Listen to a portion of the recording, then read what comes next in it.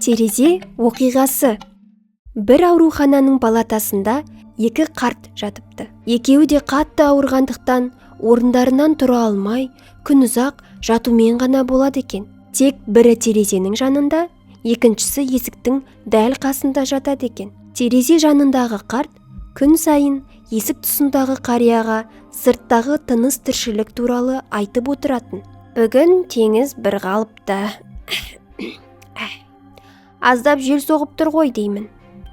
Өйткені ана ұзақтағы кеменің желкені желбіреп тұр. Теңіз жағалауында шағалалар ұшып жүр. Осылайша күндер өте береді. Күндердің бірінде әлгі терезе жанындағы ақсақалдың жүрегі ұстап, жағдайы тіптен нашарлап кетеді. Әдетте бөлмедегі қоңырау түймесін баса қалса дәрігерлер жетіп келетін. Ал бүгін қасындағы көрші қарт дәрігерді шақыртатын түймені баспады. Өйткені терезеден дүниені өзі көре алмай, тек көршісін тыңдаумен ғана шектеліп жататыны есіне түсті. Сондықтан қоңыраудың түймесін басуға асыға қоймады.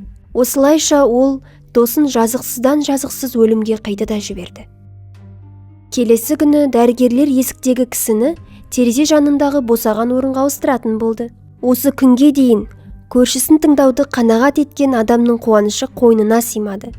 Енді табиғаттың сан қырлы нақыштарын өз көзімен көріп жататын болады. Орнына жайғаса салып, басын көтеріп терезеге асыға мойнын созып еді, арғы жақта қара қабырғадан басқа еш нәрсе көрінбейді екен.